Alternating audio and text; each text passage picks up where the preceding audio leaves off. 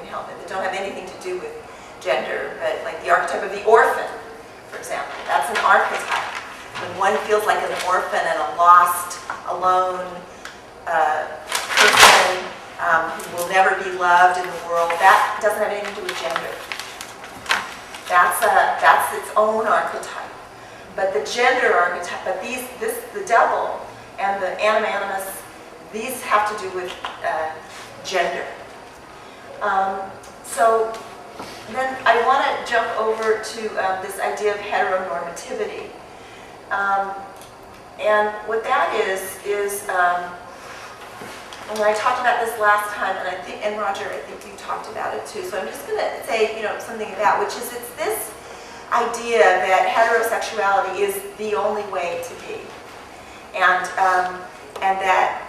there's presumptions from the time of birth, or maybe we could go back from the time of conception, from the time before conception, when the parents are fantasizing about conceiving.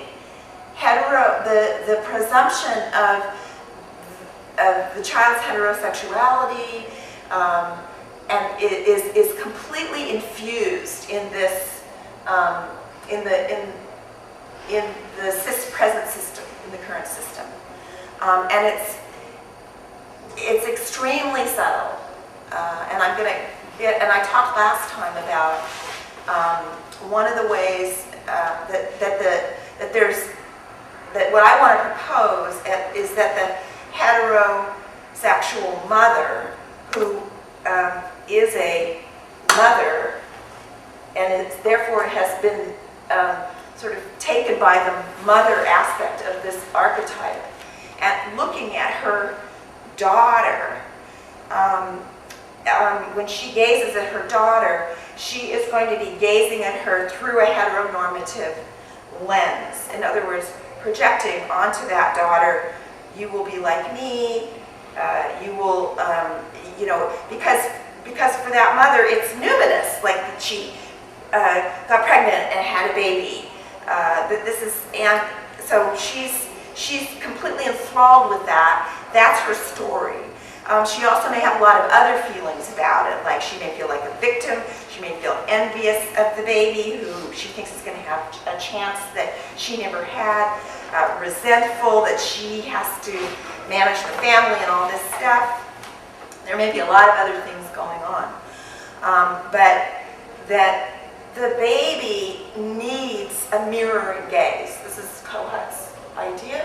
The baby needs a mirroring gaze, needs to be regarded as within her own subjectivity, for her own sake, with a kind of curiosity and interest in, gee, I wonder who this person is. And under the system of heteronormativity, that doesn't happen. Or if it does, it's incredibly rare.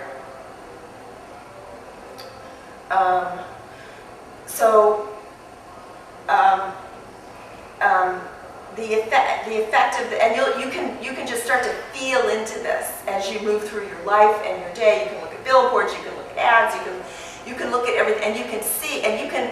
I had somebody say to me, like somebody called in sick and said, my mother's in the hospital with an asthma attack, and she said, well, of course you have to go. And I'm like, well, do you? Are you one of 12 children? Is there a husband? Is there, do you really have to go? Did she really? But it's like a magical talisman. My mother is sick. It's inarguable. You're not allowed to argue with the importance of that. It's like a god. It's been reified in a very sentimental way, actually, that's annihilating to everybody concerned. The situation that we have is that the feminine double there's really only permission for women to manifest the feminine double within this mother-daughter configuration.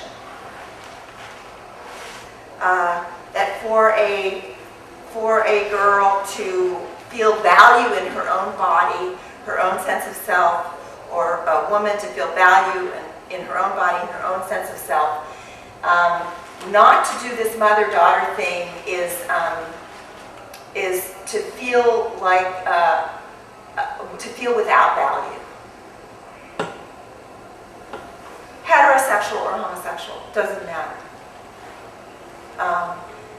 But I want to say that for lesbians in particular, to be regarded by the heterosexual mother with the heteronormative gaze and all her fantasies about this daughter who's going to grow up and carry on the line and do what she's doing and make good what wasn't good for her, any number of fantasies about that, is profoundly traumatic and annihilating to the infant lesbian girl's sense of self, or ability to come into her own body, her ability to come into a sense of valuing herself. And all of this is unspoken, it's unlanguaged, there's no words, which makes it that much more difficult to kind of get a hold of. But it's a kind of emotional violence because the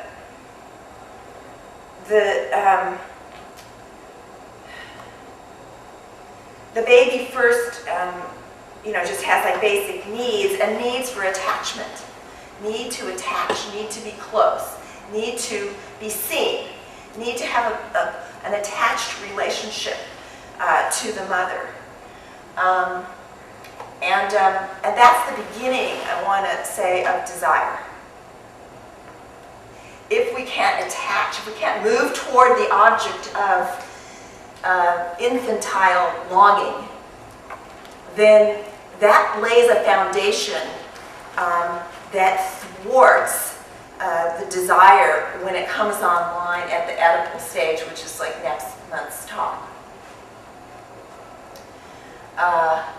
And so that's why it's important to talk about these early stages of development, because ultimately they're all there to kind of lay the foundation for romance and love. That's the purpose. I'm arguing. I'm proposing that that's the purpose of these early stages, is to create a sense of joy in the world and connectedness and relatedness and joy in oneself and a sense of self that allows one to feel valuable, lovable, desirable, and to be able to express that when that arises at the Oedipal stage and then later on in adolescence and as an adult.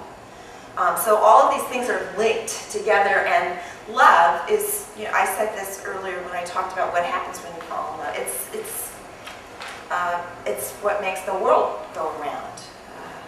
So the purpose of getting at this early trauma is to move out of the way what's blocking love, what's blocking the capacity for relatedness, and what's blocking the capacity for lesbian love, for love between two women.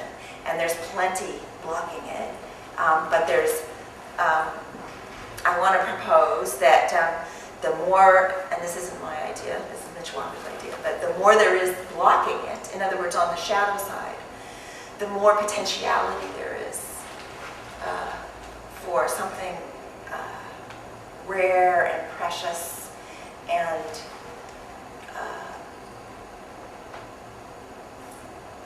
valuable and meaningful on the other side, if it can be realized, if these difficult feeling states can be confronted and felt and dealt with, then it opens up the possibility of something that really hasn't been able to exist up until this time in history, which is a kind of conscious lesbian love between women, and a love of the feminine ego or the female ego for her inner sister, her inner lover, and to develop a capacity to cultivate that relationship between the ego and the inner feminine double that's not the mother and the daughter, And right now, because of heteronormativity, this mother-daughter, what we know about an experience about the feminine double is mother-daughter.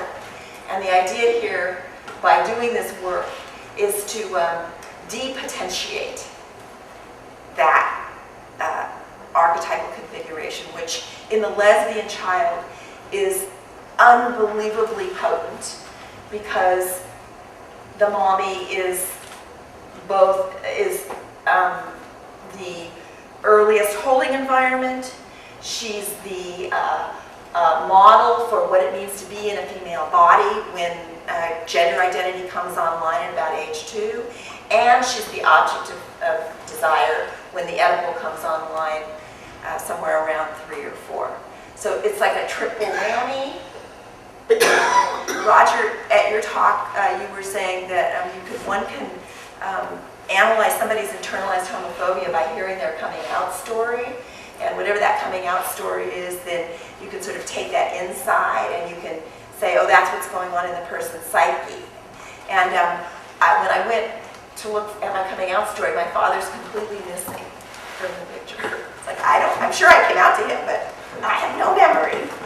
Okay, I'm not saying that's true for all lesbians, but the mother looms so large in the lesbian psyche because of this basic archetypal predisposition or imprinting, however you want to think about it, towards erotic love with the same sex.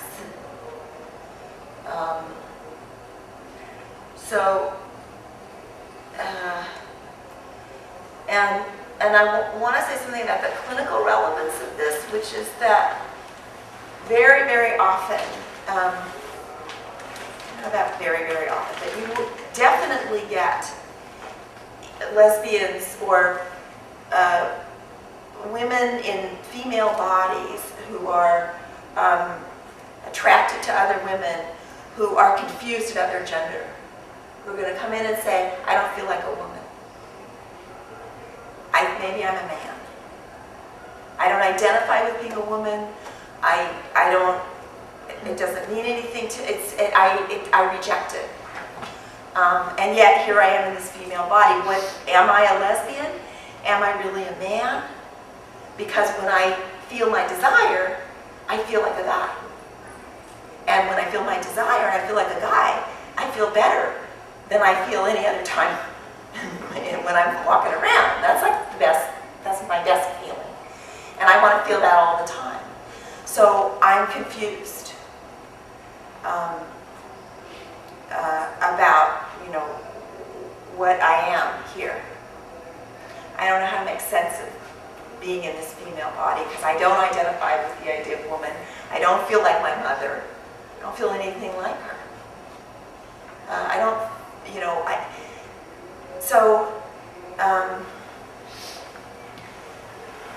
so this presentation can, I think, needs to be really fully explored because in today's world, with surgery and there's a lot of political activism around transgender and genderqueer, and just taking the action to become the other gender, and that sort of simplifies the problem, seemingly.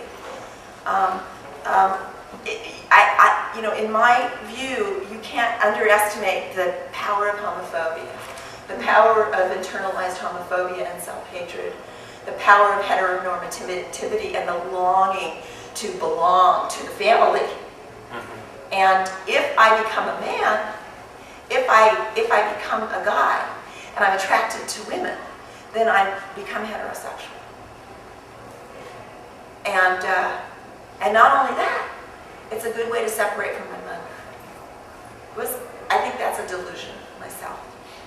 I don't feel like that's in fact what happens. I think it's actually a way to stay